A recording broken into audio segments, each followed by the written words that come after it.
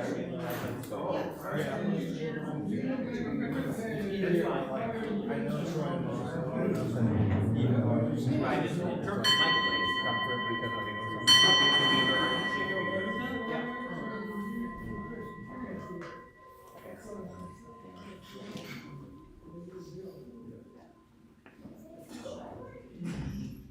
morning.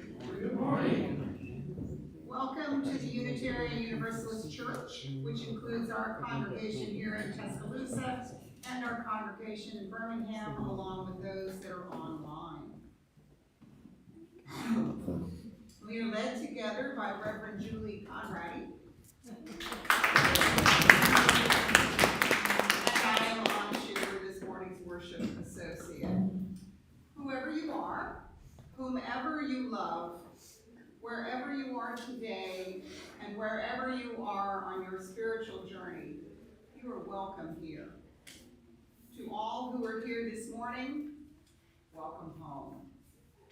The prelude prepares us for worship.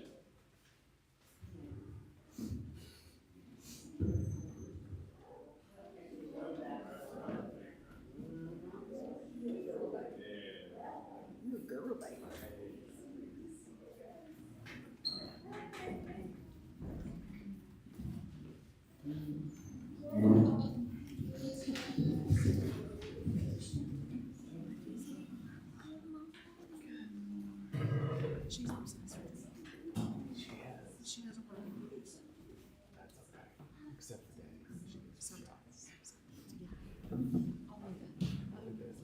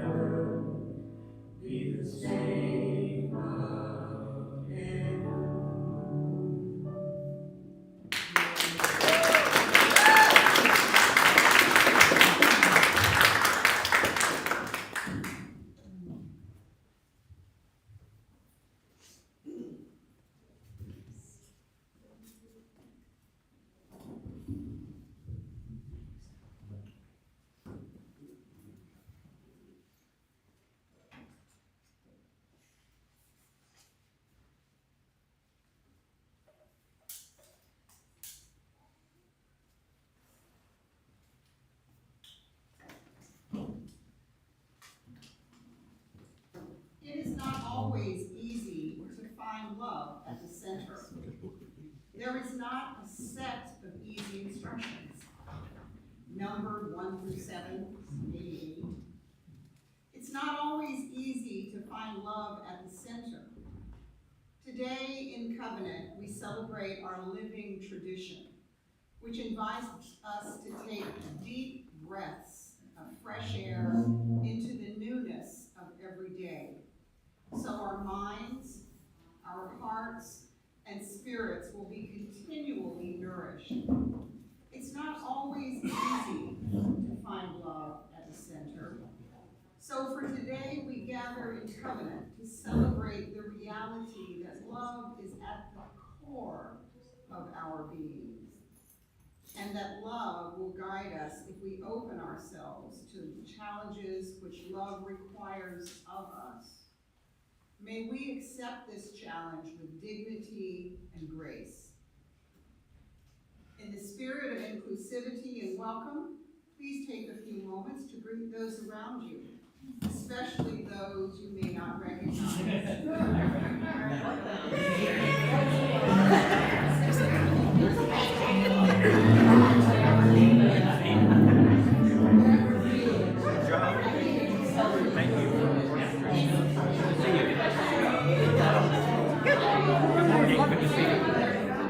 You win the prize for best favorite pizza.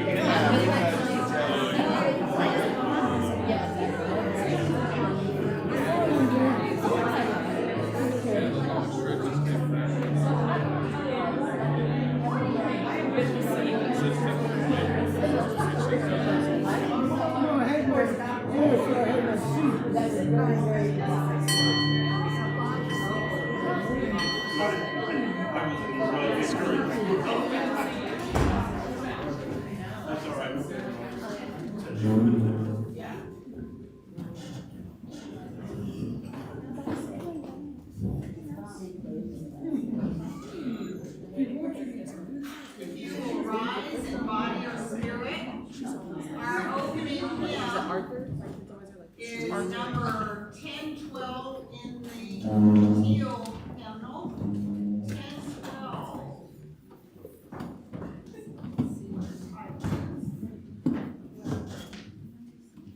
When I am frightened.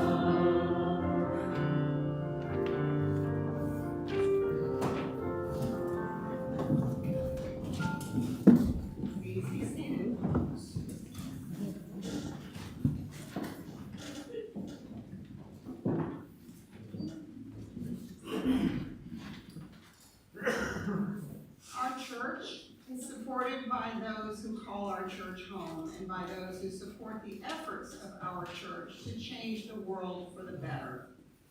If this is your first time with us this morning, please let the plate pass. We're just glad you're here. We share our cash plate every Sunday with organizations whose work reflects our UU values: to care for marginalized persons, advocate for real and systematic change, defend our environment, and promote justice and equity for all. We're sharing the plate this month with the West Alabama Women's Center. So we appreciate your donations, either by placing them on a plate, mailing them in, or doing Venmo, etc. The morning offering will now be taken.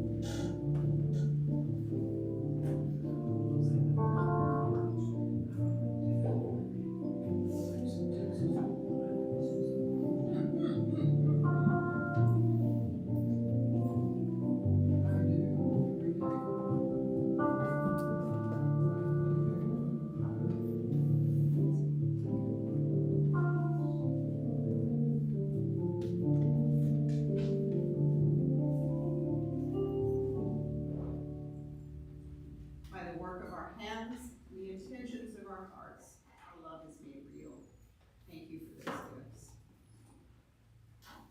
When we gather in loving community, we remember that we do not travel this earth alone. We share our lives as we light candles and hold each other in meditative thought and reverence. We invite you to come forward, light a candle from the common flame, state your name, and briefly share a milestone from your life. You can also do so in silence.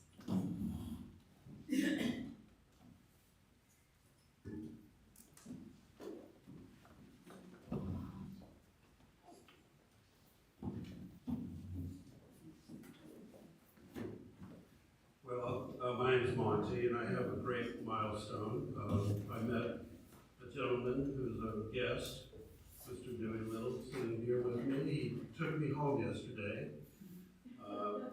We met at the No Kings rally, and he and I got to talking a little bit about where he's traveled and where I'm from. And it took me home where I've lost a few friends, and I also lost a great memory that I heard on the NPR radio again today about the loss of Cesar Chavez. And so I'm going to uplift Francisco Jimenez, who's a good friend of mine, a farm worker who wrote a book called The Circuit, which is in children's readers, 6th grade readers. And I know he's saddened, and so a number of my friends are saddened right now. My other friend, who's a trucker, my friend here, his wife just passed, and her services were yesterday. Thank you for sharing.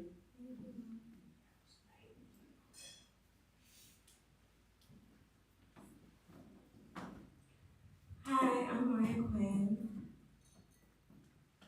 I'm lighting this candle. Thanks for all of you.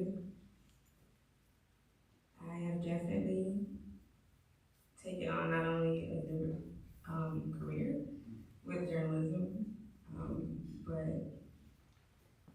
a new responsibility just to all the people around me. And I've also learned that, with contacting you all to get me information information about the No Kings protest, that it's not a responsibility that's I bear on my own shoulders. So I'm just infinitely thankful for all of you supporting me and just being there for whatever I need at any time. So thank you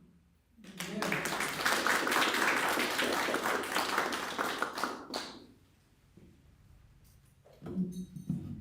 I'm Deb Crocker. I've noticed that Ron is not here with me. He's, again, I think this is the third time in 4 months he's had sort of a gastric upset thing. And he'll go see a specialist, but I think we're also, all of you, most of you know he has Parkinson's. So I think we're gonna check with his doctors there, because most other doctors don't know anything about Parkinson's and any of his problems. They have no idea what's going on. So I'm hoping it's just sort of, he's just getting into something he's not supposed to and getting a virus of some sort. But we will follow through on this to make sure it's not something more problematic.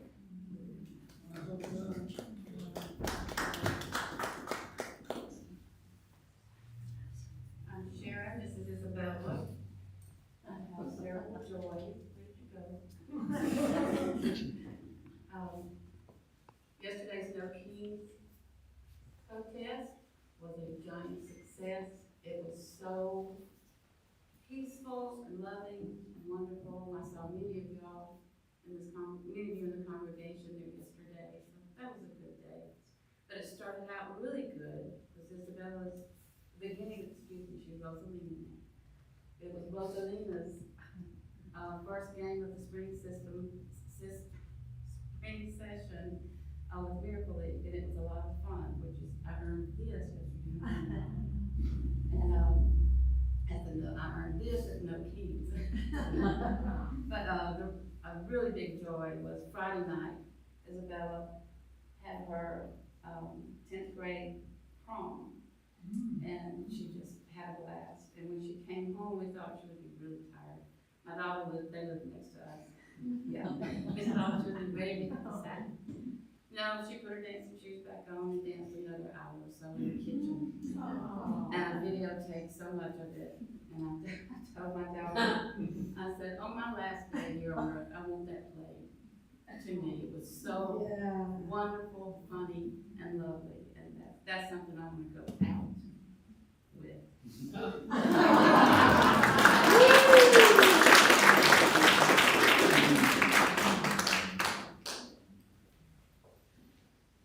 Good morning, I'm Susan Key, and it is such a wonderful morning. I am delighted to be here. I love singing our first song that we did today, because the words mean so much. Today we have Reverend Julie with us, which is an honor and a pleasure and a joy.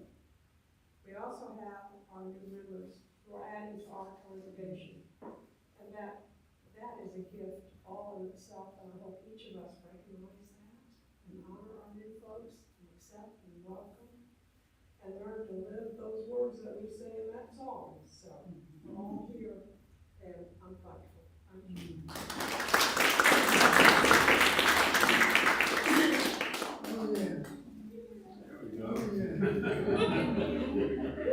Yeah, Beverly say.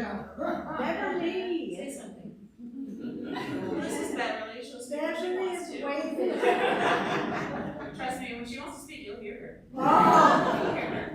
She's got an attitude. She flipped us off like the first day in. I'm Mariah. This is Troy. We're celebrating. I mean, I guess we're celebrating a lot of stuff, huh? We have a very happy, healthy little girl over here who's getting a little chunky. And today is our 8-year wedding anniversary.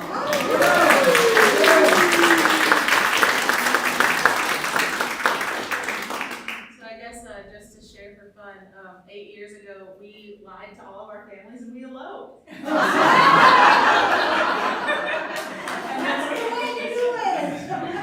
And then we waited a year and we had a ceremony, and then we waited after the honeymoon and we said, hey, we were actually already married.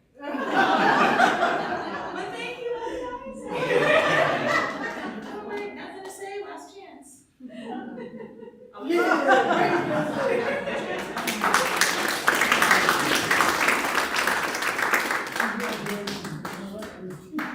Good morning, I'm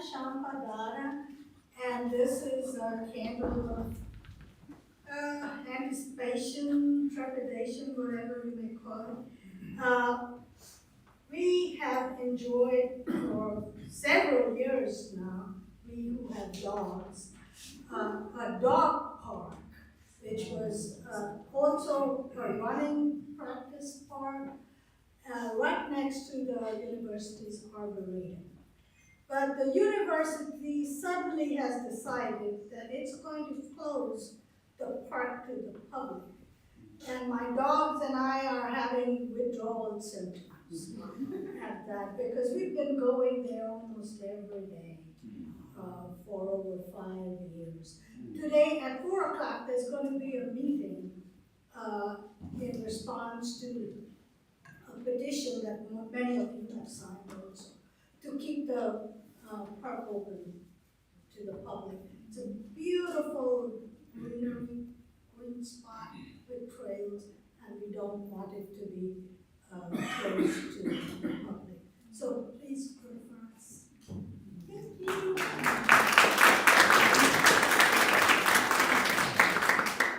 I want to add on to what Shanta was saying about that park. I was told, I guess it was by Mary, that a lot of veterans, and the VA hospital is right there, and a lot of veterans like to actually take that walk as well. And it's just like a public service to have that there for everybody. And it's just a beautiful area. And also woods are just very healing. And anybody who doesn't live in some woods like I do, just you need to actually get out there and just not have any devices on and just listen to the trees and everything like that. I just wanted to say that. I also wanted to say that at the No Kings thing, I talked to the organizers at the end, and they said it looked like the best count they had was 700 people, which was about the same as last time. And so at least I was concerned that people were getting exhausted and depressed and would not show up. But it was just a beautiful turnout. And also, I talked to a veteran in a wheelchair who was younger than I am, and he said, we just had a good conversation also back in October, and it turned out that he voted Democrat for the first time in his life. He's been a lifelong Republican because of all of the machinations that have happened. And so a lot of people are just really, truly discouraged and glad that there's someplace they can go to actually have a more just situation happening.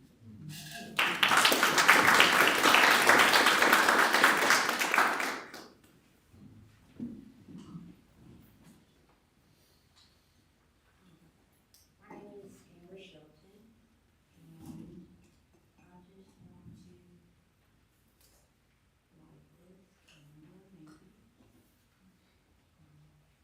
for a silent consent.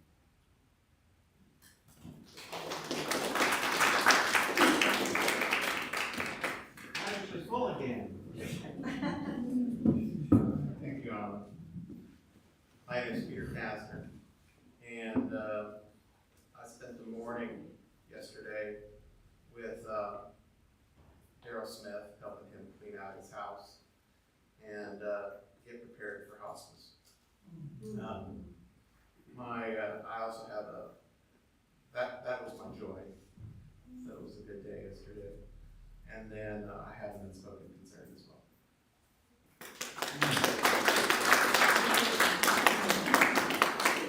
I just wanted to add a personal note about the park that's next to the VA hospital. When I was a kid, I was a teenager, that was my stomping grounds with my best friend that lived on the grounds. It was a golf course, it was many other things, and of course at night, when the golf course closed, we rode our bicycles and go-karts all across the grounds with the security guard trying to find where we were. I mean, it was the 70s, but it's a wonderful place, and right next door, the Arboretum, that's where we married. 48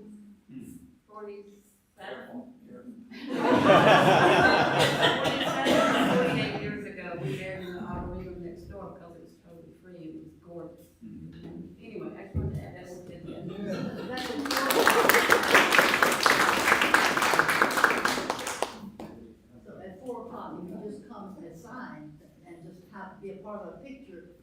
University did a lot of this here. That'd be good. I'll light a final candle for all those joys and concerns that are heavy on our heart. Or unspoken. Please know that we hold you and those in our hearts. So, let's see. We have,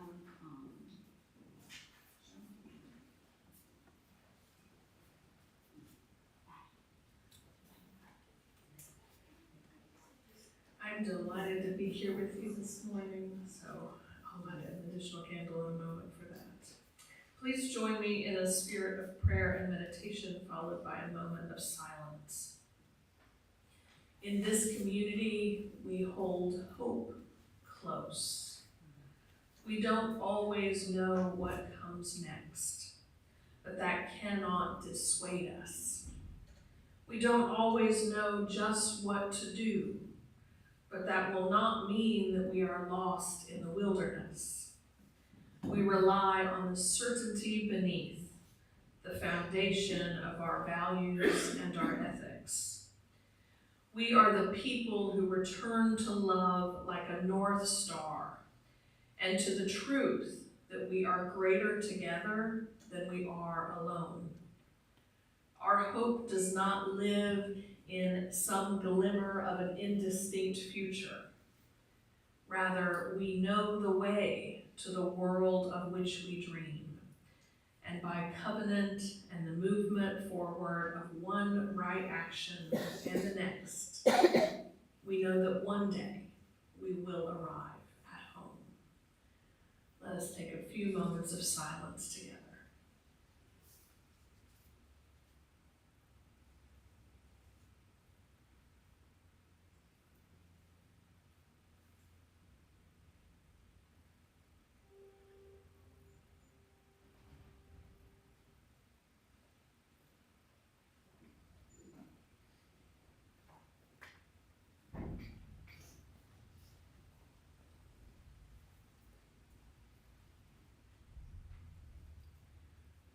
Let us take another deep breath together.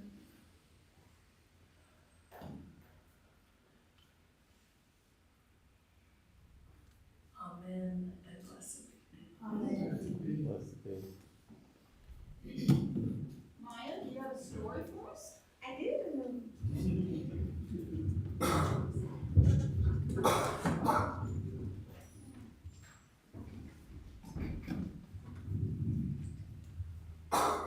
So today we're talking about, back there in RE, we're talking about the wisdom within all of us.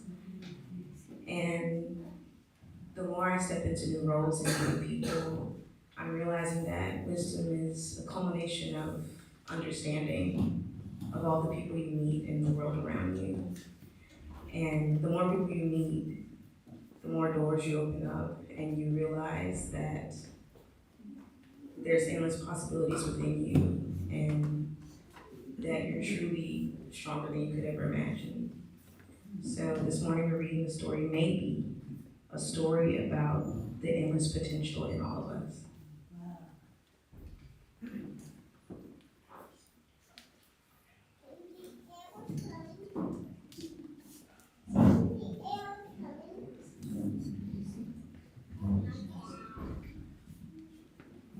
Have you ever wondered why you are here?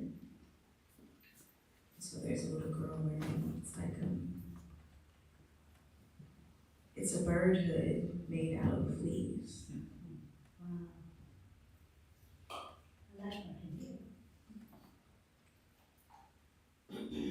You are the only you there ever has been or ever will be.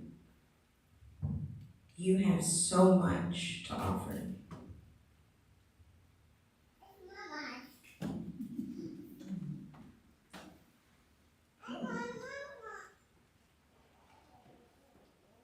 Maybe you will invent something that no one has ever seen before.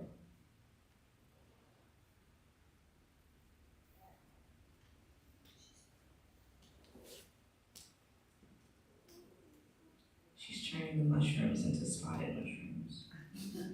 That poisonous.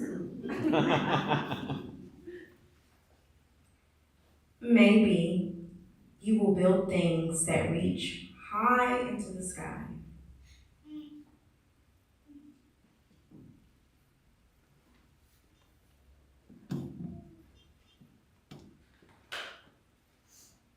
Your life is yours. Try as many things as you can try. See as much as you can see.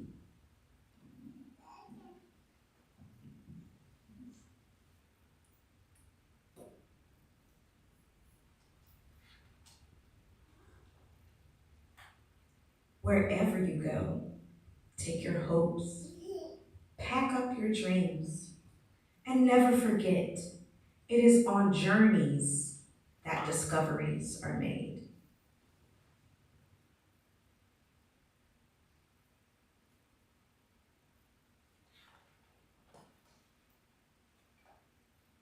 Maybe you will help others to see the beauty in each day.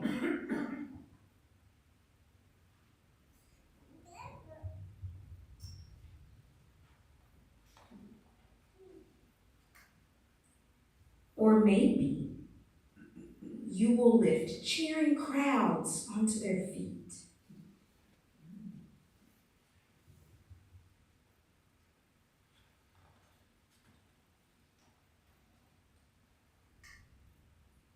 Do everything with love.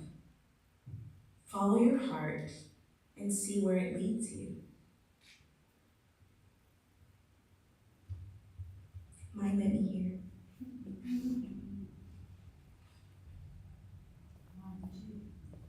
Maybe you are here to shine. Shine a light into places that have been dark for too long.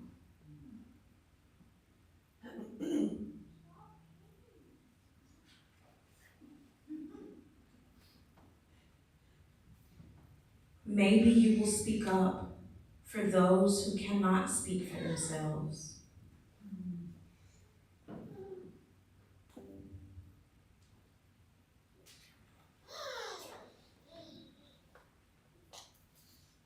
Maybe you are here to help in ways that only you can.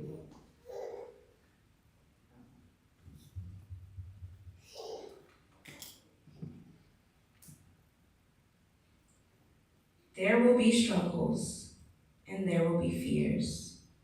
It will not always be easy. At times, it will feel really hard. And you might make a mess of things.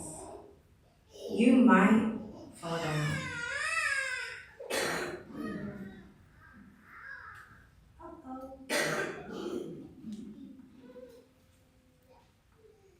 You may fail.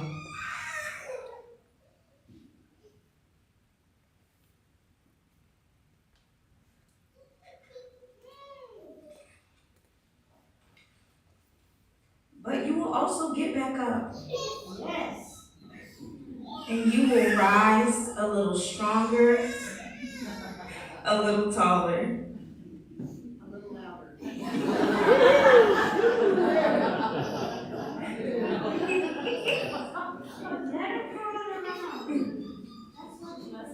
Because there really is more inside you than you know.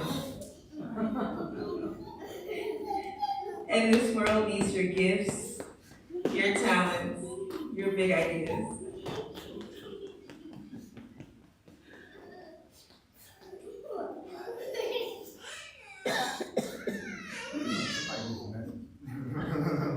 What if you are only scratching the surface of what you can do and who you can be?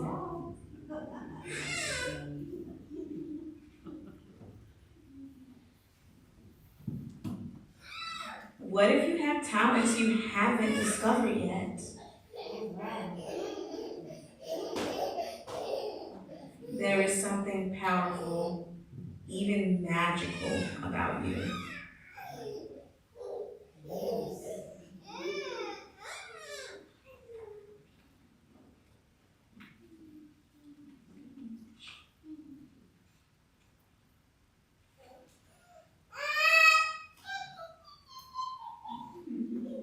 you already have everything it takes to do big things.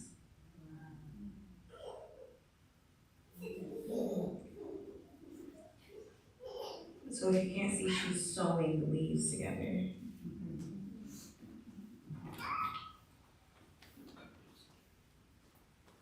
Maybe you have no idea just how good you really can be. And maybe you don't know how much you matter.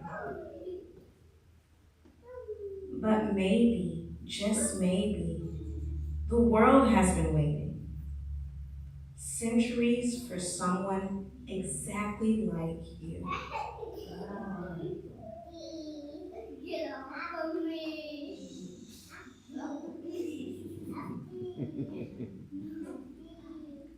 Well, one thing is for sure. You are here. And because you are here,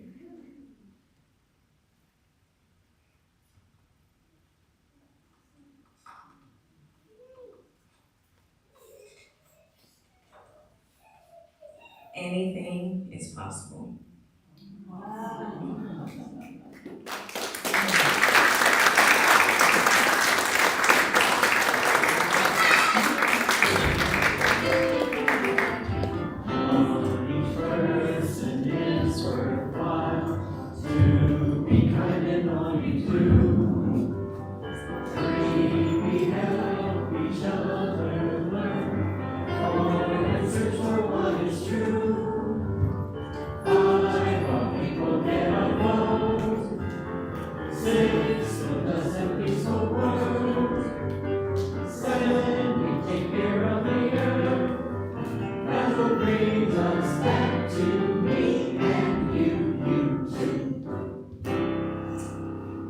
I'd like to invite Debbie and Susan forward, and also all of the new-ish members that we are recognizing today. I think we're recognizing everybody for the past year, is that right?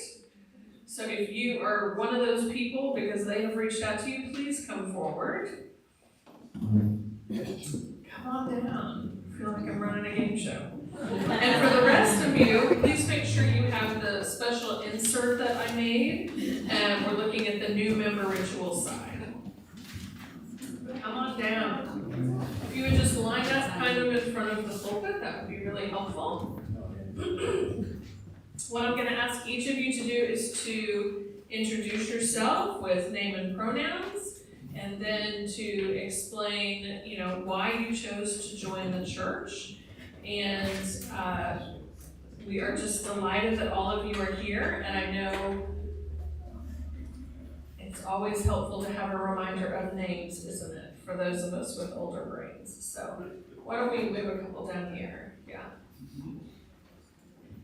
Even it out a little bit. Okay, so I'm gonna pass it on down. Everybody knows the plan? I promised you I would do this tonight. I'm sorry. I'm gonna start down here.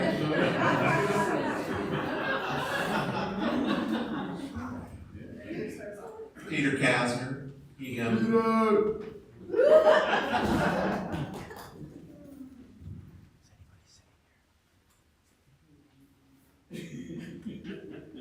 Matthew Shelton. Let us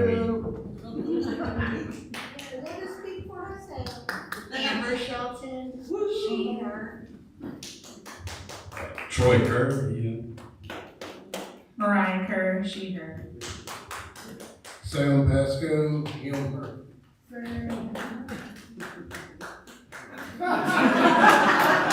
Well, he's confused, but I'm not. Kimberly Pasco, she, and the reason why I came here is because I thought this was a pagan church.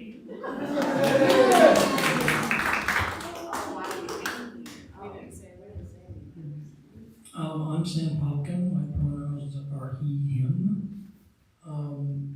I have been coming here for probably 3 years anyway. Pretty regular attendance, getting to know everybody and learning more about a faith that I've not been a stranger to. I have stories about that, but I'll save them for another time. reasons why I decided to go from the guest column to the member column is that, first of all, I've become very close to so many of you, and this church needs assistance that I knew I could provide, but it's the kind of assistance that I can't provide without being a member, and that was good enough for me right there. So it's partly out of what I hope will be altruism rather than some type of a self-centered endeavor. But the other is, and this may be more important, that given where I am in my spiritual growth and development right now, I absolutely must be in an environment that is supportive of all kinds of things that we sometimes think of as contrary to faith. And specifically, I'm talking about ambivalence and doubt, multiple religious experiences and affiliations over the years, some which took better than others, but I felt that if there's any safe spot for me to be able to continue that search with like-minded and supportive people, this was the joint. So that's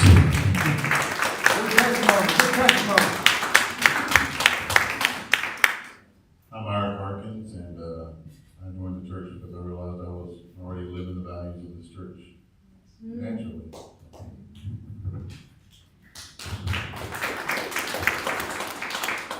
I'm Debbie Carden. I have a long history of this church, but I'm rejoining. Moved away for a long time and have come back. My son grew up in this church. My pronouns are she, her. My son and his partner were married here. They are non-binary, and it's been a really important place for us over these years, and I'm happy to be back. Susan, she, her, many years ago, I had sat in this congregation about 15 years before I became a member, and Lou became a member because the minister was having a service very much like this, and she came down into the crowd and took my hand and pulled me up and brought me up here. So I've been a member 25 years, or 30 years, I don't know. It was a very good decision. See, sometimes we just need to be pulled into it before we really have the courage or the, whatever. I wanted to be certain of something. I don't know what I wanted, but my years here have been so fulfilling. I've grown in so many ways. I was extremely quiet. I'm an introvert. Some of you will say, no, I'm not. But I've grown, and I grew through people that were here that were always true and to themselves helpful. And there's not anybody in this group that if you extend a hand or an open heart won't receive your message. So this is a wonderful place. Welcome all of you. There you go. I'm Patrick, and any pronouns is good.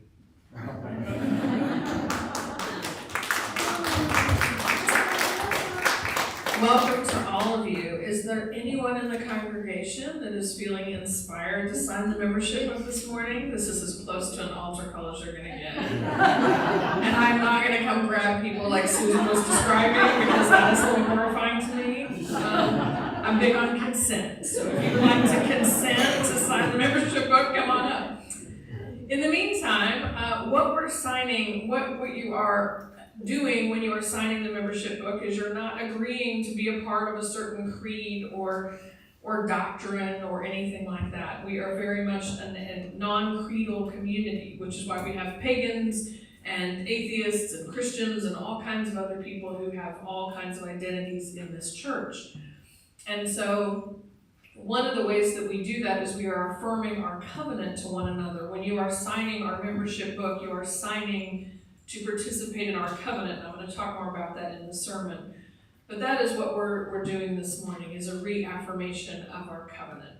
So if those of you in the line and also in the congregation will look at your new member ritual, we're going to go through that together. So new members, if you will share with one another, doing great. It's okay, Shamba, I think we're good. Okay. We can share. Yeah, we're good. All right, so new members, would you please recite the new member covenant? We enter this day with hope and possibility in our hearts, pledging to participate in and support the ministries of this church. We covenant to remain true to the spirit of love that flows through this church and guides us. We seek your welcome as we join you in this faith. Congregation, we welcome you as once we were welcomed ourselves. We seek to be open and inclusive, respecting your inherent dignity, your ideas, and your vision, in times when it is easy and in times when it is difficult. We seek to be supportive, not only when you reach out in courage to us, but also when you need us to reach out to you. In return, we ask that you recognize our humanity. We will not always live up to our ideals. And when we fall short, we invite you to stay in relationship with us and help us more fully bring alive the spirit of love. We welcome you as an equal member of this congregation, of this faith, and of our shared spiritual journey.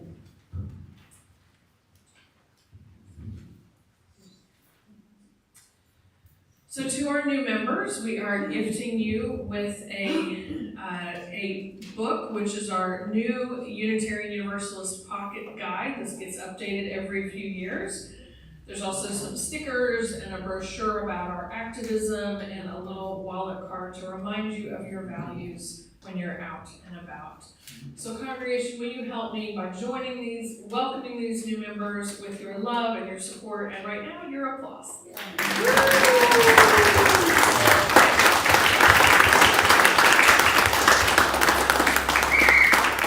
Thank you, all. You can be seated.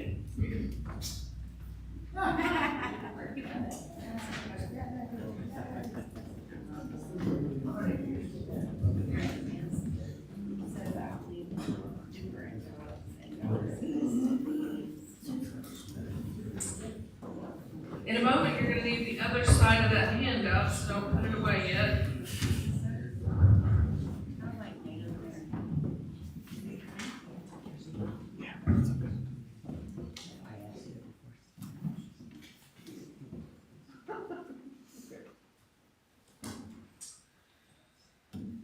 So, let us move into this morning. I'm so delighted again to be with you in person. It is always a joy. The second Secretary General of the United Nations wrote this: "Each morning we must hold out the chalice of our being to receive, to carry, and give back." Each morning we hold out our chalice of being to be filled with the graces of life that abound: air to breathe, food to eat, companions to love, beauty to behold, art to cherish, and causes to serve. They come in ritual procession, these gifts of life. Whether we deserve them, we cannot know or say, for they are poured out for us. Our task is to hold steady the chalice of our being. We carry the chalice with us as we go, either meandering aimlessly or with destination in our eye. We share its abundance if we have any sense, reminding others as we remind ourselves of the contents of the chalice we don't deserve. Water from living streams fills it, if only we hold it out faithfully. We give back, if we can, something of ourselves. Some love, some beauty, some grace, some gift. We give it back in gratitude, if we can, something like what is poured into our chalice of being for those who will abide with us and will follow. Each morning we hold out the chalice of our being to receive, to carry, to give back. What are you receiving this morning? What are you carrying with you this morning? What are you giving back? In the early 1980s, Derek and Nancy Haysom were living their best lives as socialists and philanthropists in wealthy Bedford County, Virginia. Derek was a steel executive and Nancy was an artist, always seen at the best parties and in the most notable of situations. But that is not why they are remembered.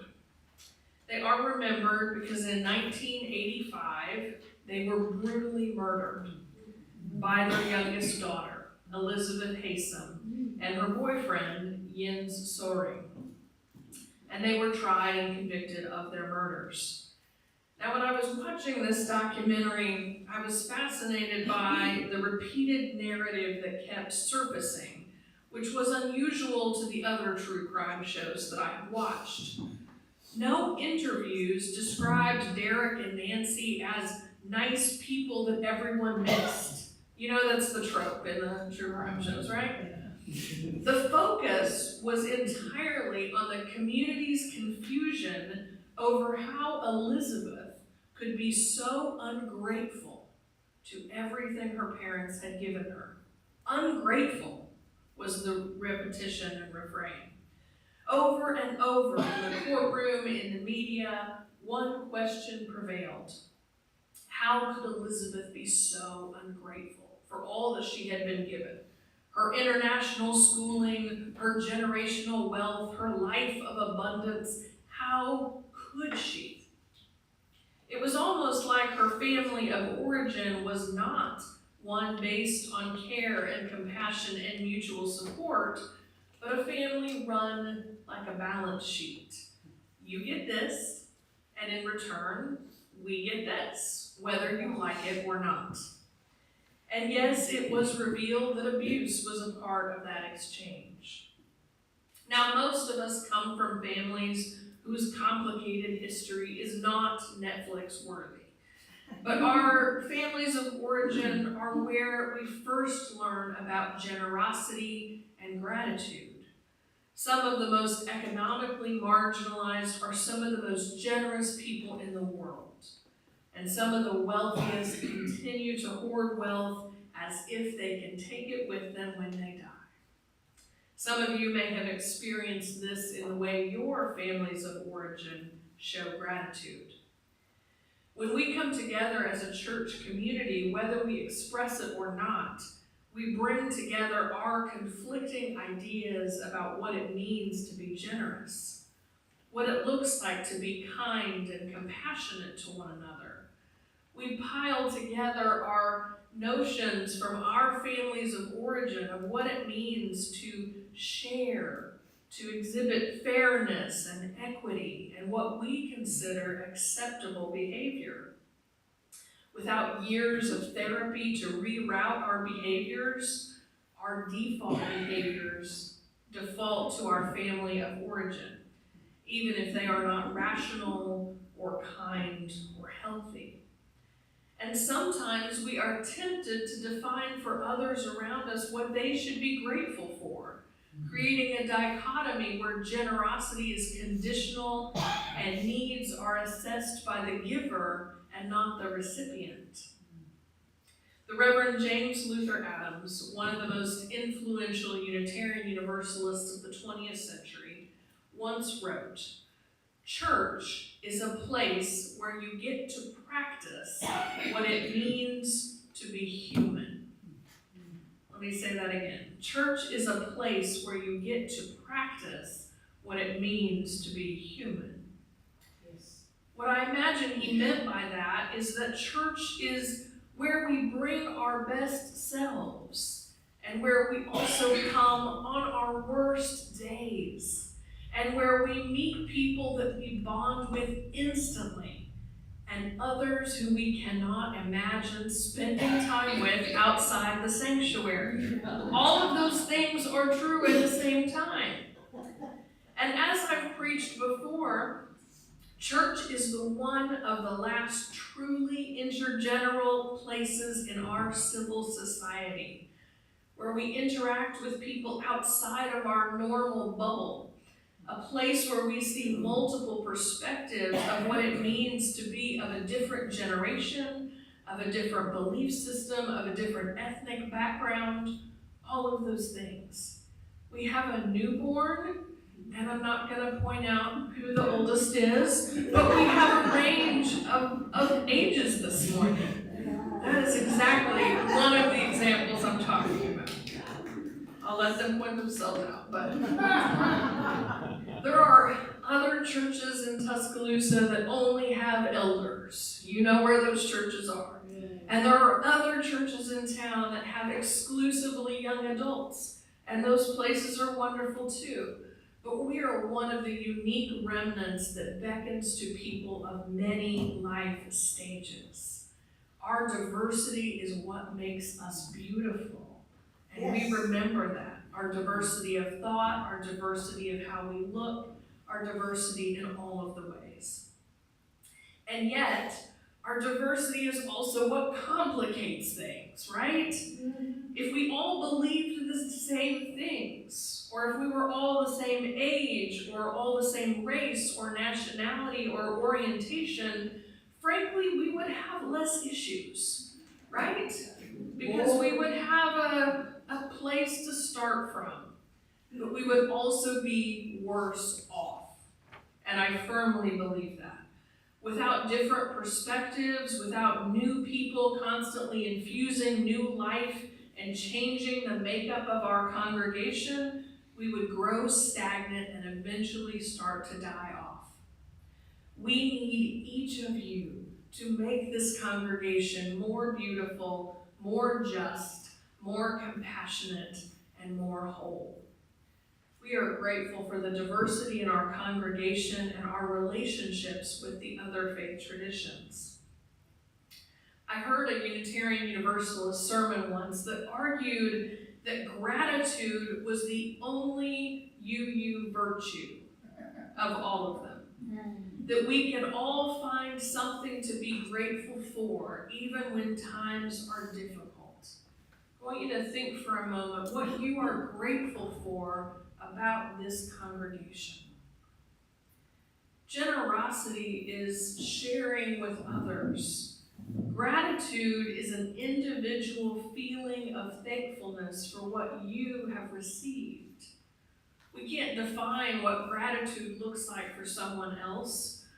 When we explicitly or implicitly tell other adults what they should be grateful for, like being included or showing unconditional love, we gatekeep gratitude for others, and that leads to conflict.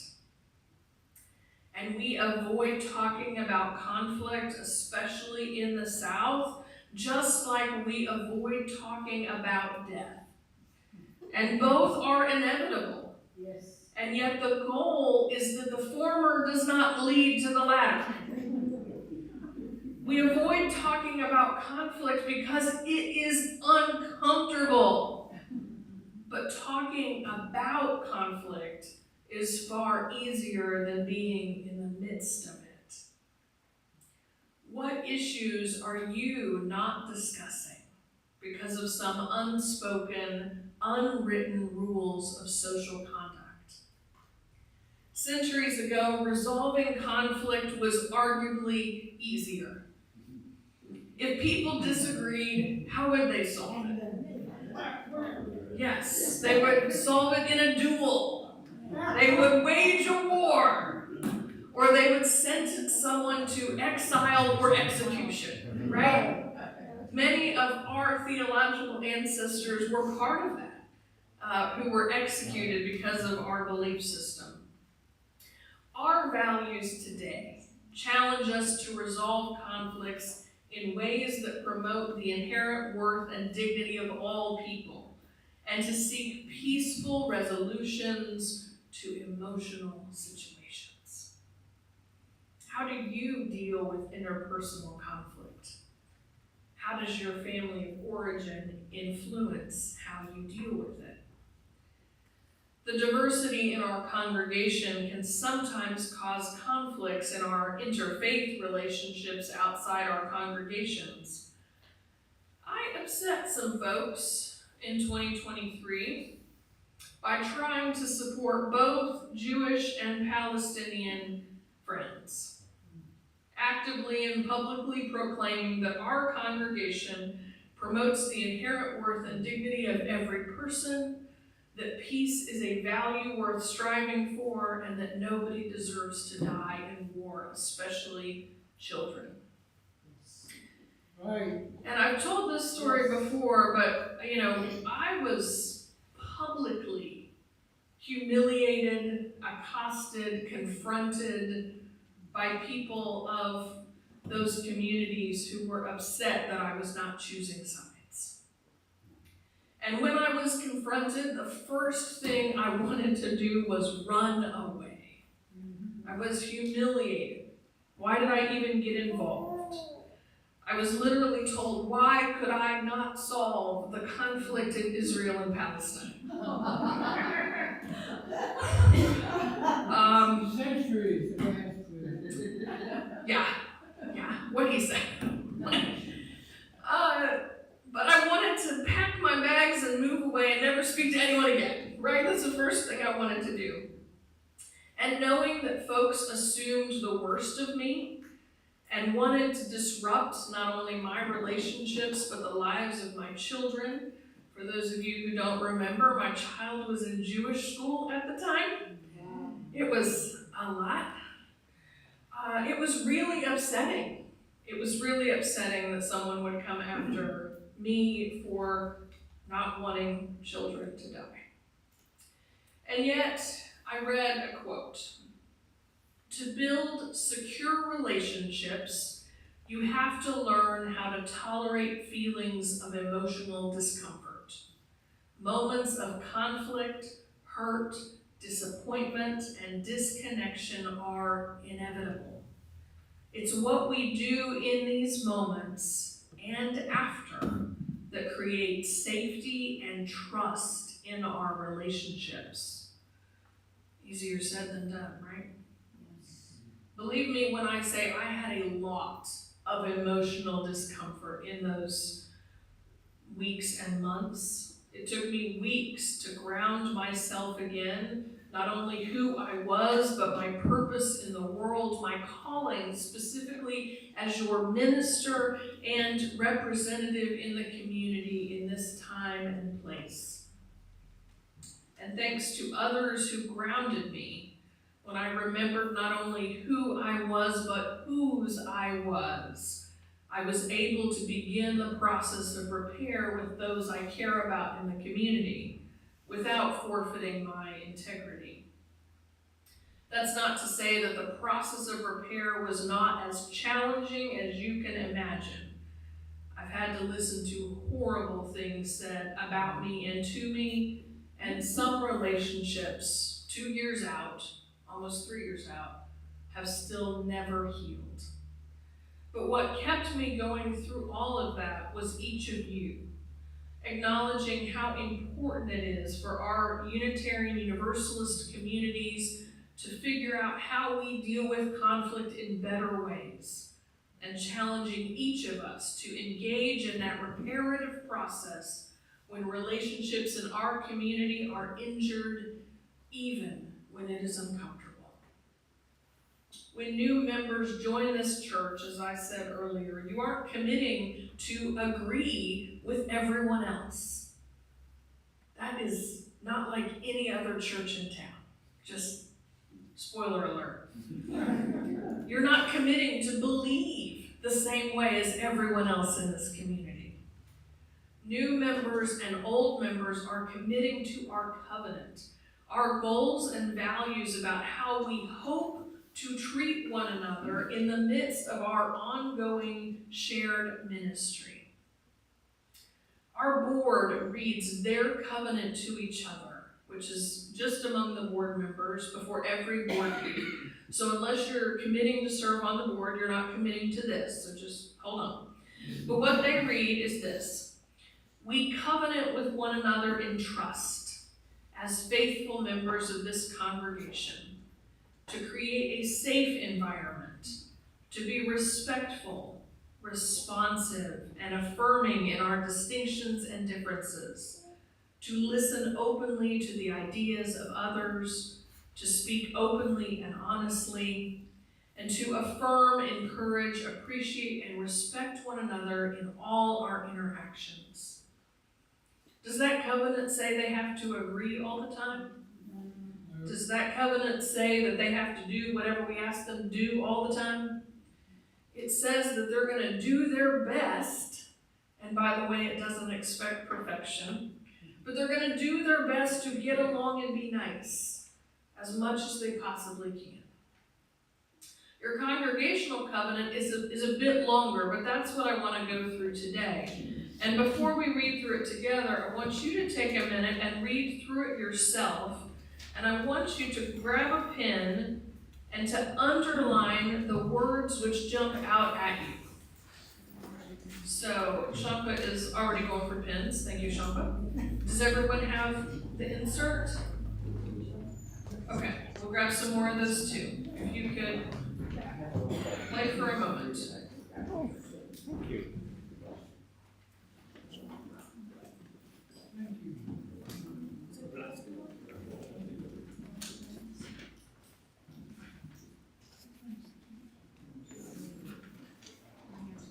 Can you raise your hand if you need one? Raise your hand if you need a pen or an insert. Thank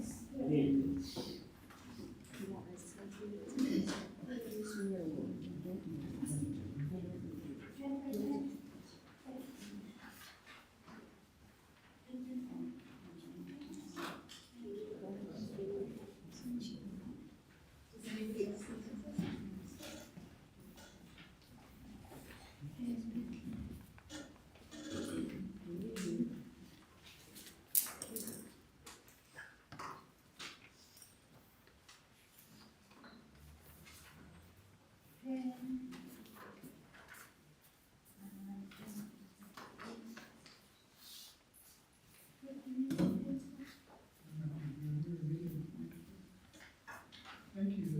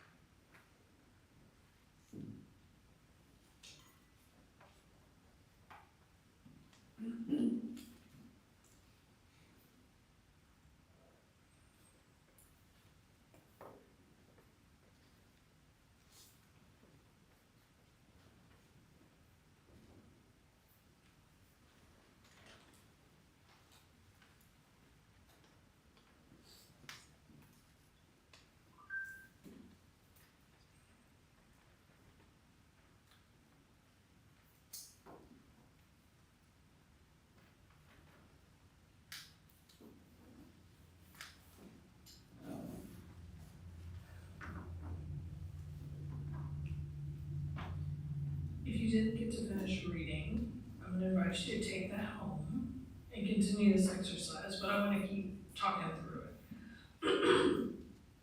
So what do you think the first thing I noticed about our covenant is?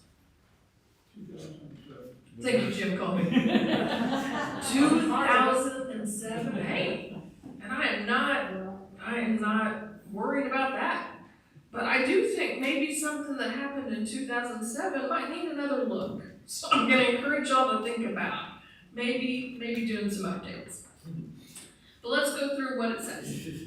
We recognize that we are a diverse community. We are women and men, singles, couples and families, adults, youth, children and seniors, able-bodied and otherwise. We have different religious backgrounds and beliefs. We reflect on our differences in race, sexual orientation, class, and other factors of identity. We recognize that no one group of our members has a greater claim on our resources than another. Therefore, we strive to be guided in our decisions by recognizing our diversities. We strive to be welcoming to all who enter our doors, especially when they seem unlike us in some way. We strive to open our hearts and minds to freedom of expression and experience that challenges our fears. We strive to form bonds amongst ourselves so that we may represent a healthy religious community to our locale and our UU colleagues at large. That whole first section is about the beauty of the diversity of this congregation. And I'm delighted to say that from the point that I got to know you, which was when the partnership started, almost 4 years ago now. Yes, amazing. That you have diversified yourselves even further. It's beautiful. It's amazing. Subsection 2. We recognize that people are at the heart of this community, but differences in opinion may occur. There are avenues for resolving conflicts that do not cause harm or contribute to misunderstanding. Therefore, we strive to honor and respect others and treat them with loving civility. We honor and respect our called ministers' commitment to the common good of our congregation and strive to maintain a positive personal relationship with him or her. We strive to celebrate each other's gifts and strengths and accept and forgive each other's shortcomings, as well as to acknowledge our own. We recognize our church has many dimensions, and although its members differ in circumstance and commitments, it requires our dedicated efforts to thrive. Therefore, we strive to support our community through material and service contributions and respect others' contributions which may be different than ours. We honor and respect our sanctuary as a sacred space where we can help others and ourselves and others grow spiritually. We strive to understand and honor other religious traditions. We strive to contribute to the larger UU movement and its components and support the growth of Unitarian Universalism in the South. Good job. You're doing a great job. We strive to balance our dreams for our congregation with the realities of our size and members' lived experiences. We strive to communicate to each other the communities in which we live and the world, our commitment to social justice, and our liberal religious faith.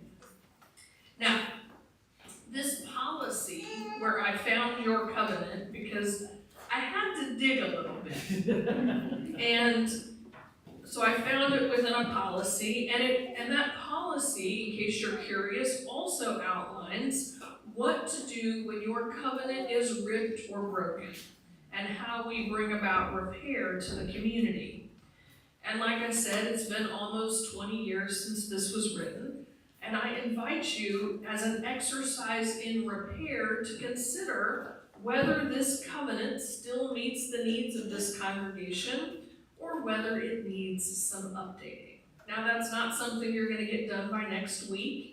That's going to involve a congregational vote and a lot of conversations and a lot of wordsmithing and all the things, but I do think it's worth to look at, especially since there's some terminology in there that's a little dated. There's some places that we could use different pronouns, for example. There's places that we could make some really easy changes to update. But it's also just worth it to talk about your covenant as a community. Is this meeting our needs and what we want to say? These are our countercultural ideals. I cannot stress that enough. When I say that we are a community of covenant, we are doing something unlike anyone else. In every other church that is meeting, what comes out of the minister's mouth is expected to be something you're supposed to agree with. And you don't have to agree with me. And that's amazing. All you have to do is do your best to be nice to each other and to me. That's also Amen. It's not a bad day when that happens. Because when conflict arises any place where two or more are gathered, right?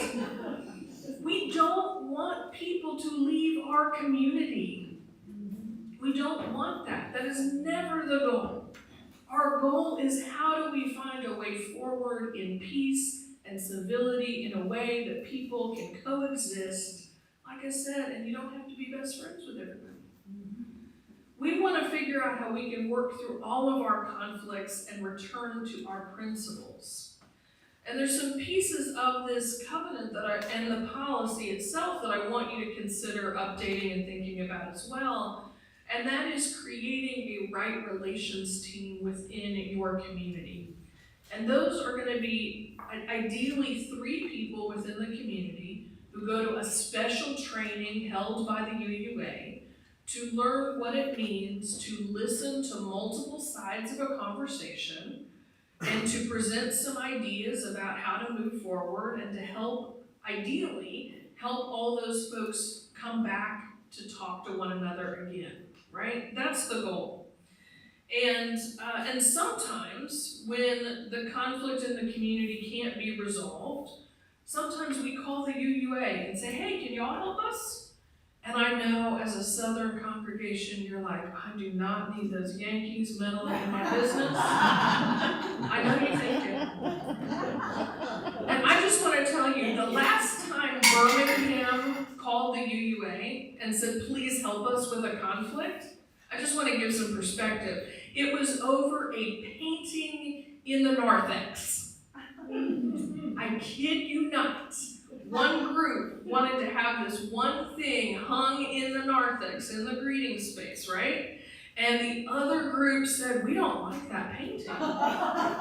And we don't like that painting turned into this, well, you don't like the race of the person who painted it. And they were like, no, we just don't like what it looks like.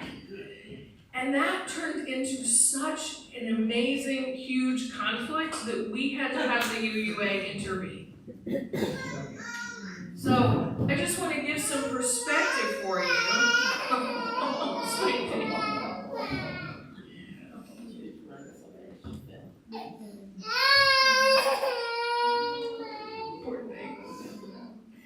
So I just want to give some perspective here. That conflict doesn't necessarily have to engage in all-out war for us to want as many resources as we can put together to do that. Because when we're saying, hey, we need this extra help, we need the right relations team, we need the UUA, we need these other folks to help us, what I want you to hear is we care about every person in this community so much that we are going to do everything we can to work this out. Yes. Do you hear that?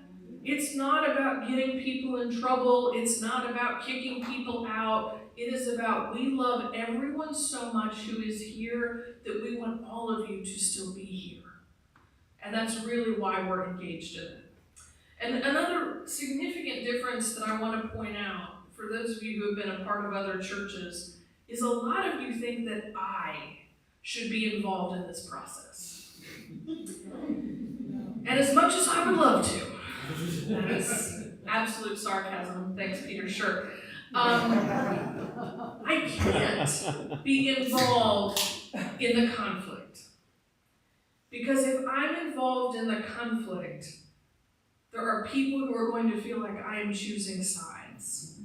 And then if there is something unrelated to the conflict and someone needs my pastoral support, suddenly it feels like it's not fair, that I'm giving more to one person over the other.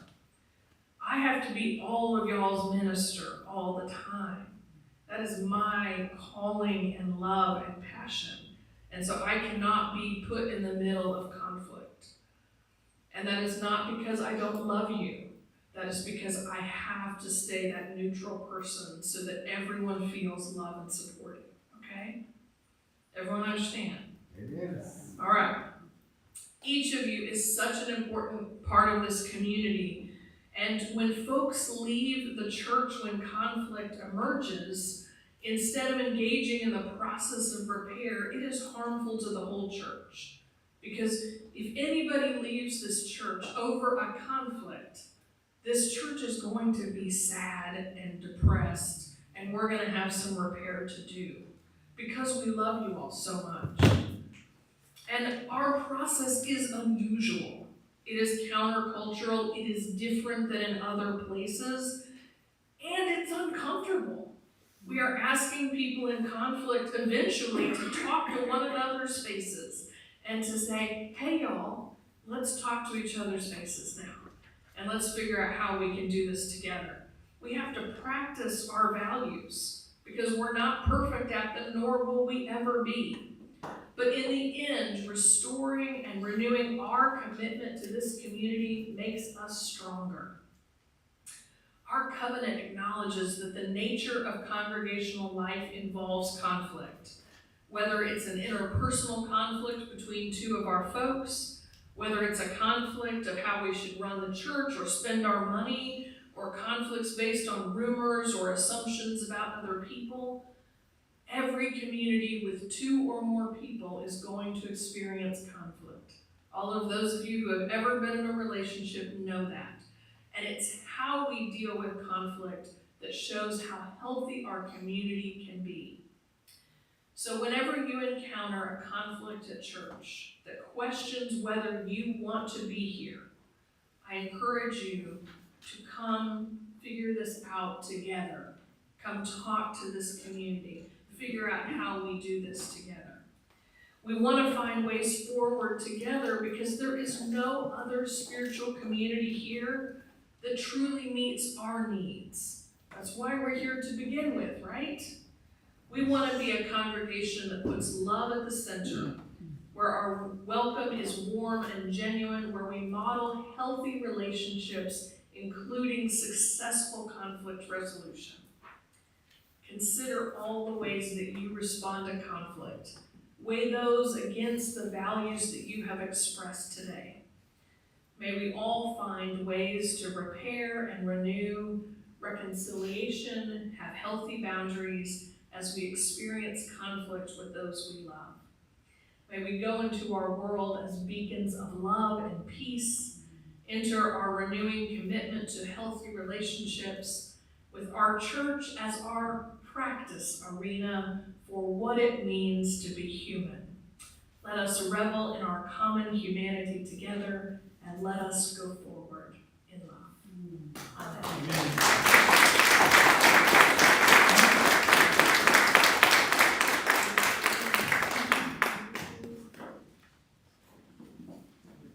You will rise in body or spirit. Our closing hymn is 354 in the great hymn.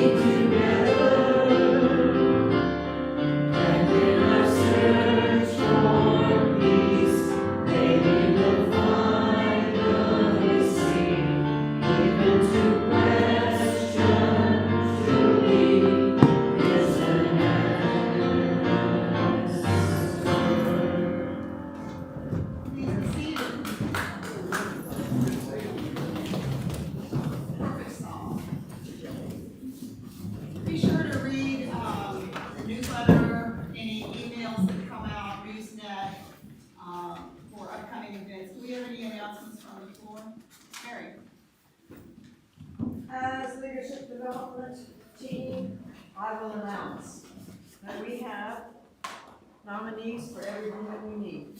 And they're on the board if you want to look at them. Thank you, everyone who has signed up to do these. I'll send them to the board.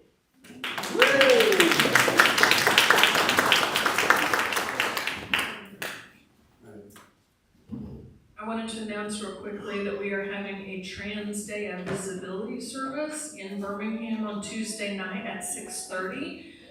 Because of security and keeping everyone safe, it will not be online. So if you'd like to come or let friends know, please know it's in person only. Thank you. Maya mentioned that she's taken on a new role as editor of the Greene County Democrat. I brought the latest edition, and she wrote an article that I'm sure people here would be interested in called Old with Gold, Stillman recognized as James Joseph, alumni contribution to the civil rights movement. And so I have a lot of copies here if you're interested. But what I want to really encourage people to know is that the paper is finally online. You can get a subscription for $30 online, and it is the only paper in West Alabama that has a newswire section which covers African American perspective on the world.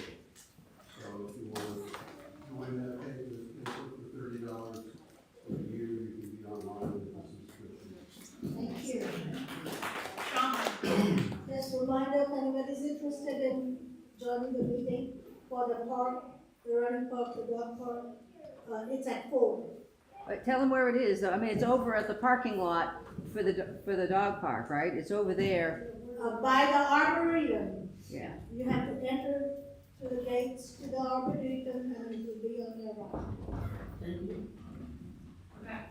Also, 4 At 4 p.m. o'clock. meeting today 4 is o'clock. the board meeting, but here and on Zoom. Give you the link, come see any of the board members together. I just wanted to remind people that we said we would not be having the Green Sanctuary meeting on the first Sunday of April, which is Easter, and there's Easter egg hunt, so we'll skip that for a month. We have these on April calendars because the Cubs did not have their first meeting yet, so Cubs met this week, and we will be having a full moon gathering, but it's not a ceremony, it's just a working moon, so it's a time for us to come together and thinking about the kind of theme for April is going to be spring cleaning.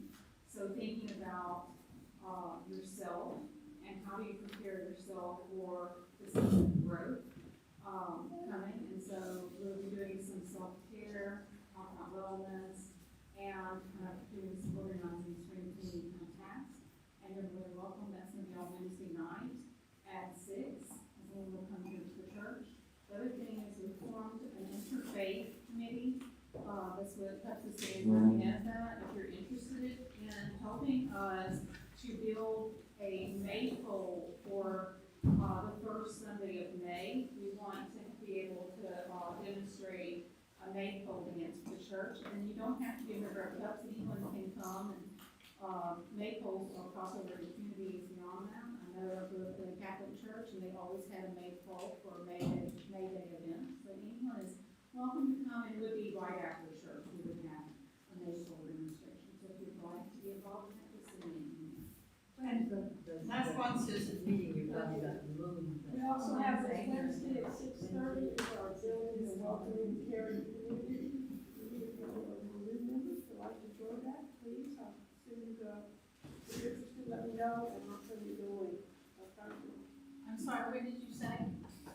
Pardon? Wednesday. Wednesday, 6:30 p.m. Did anybody mention stewardship? Sorry. No. Yes or no? No. Okay. Pledge forms are due the 5th.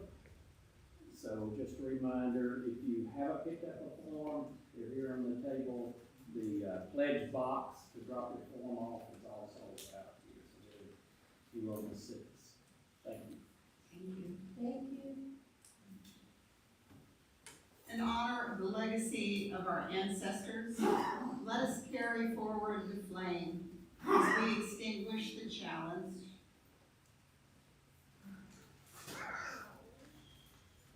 is our work shared with each other in covenant that creates and sustains this beloved community. We extinguish this chalice, but its light lives on in directions that we have chosen today. The light of this faith lives on in us together, in our hearts, minds, and bodies, and spirits. Amen. Amen.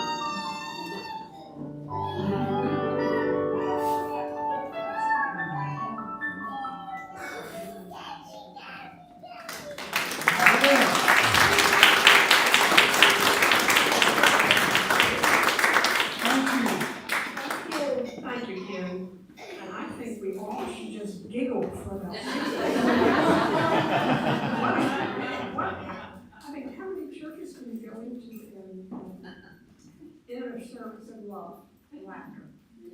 So, this is a very special time for us.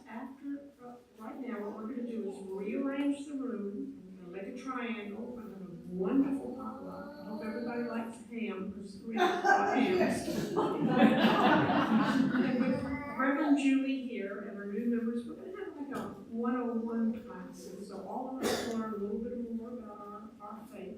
And join us in love, care, and concern, and wishes. And so thank you. Please stay.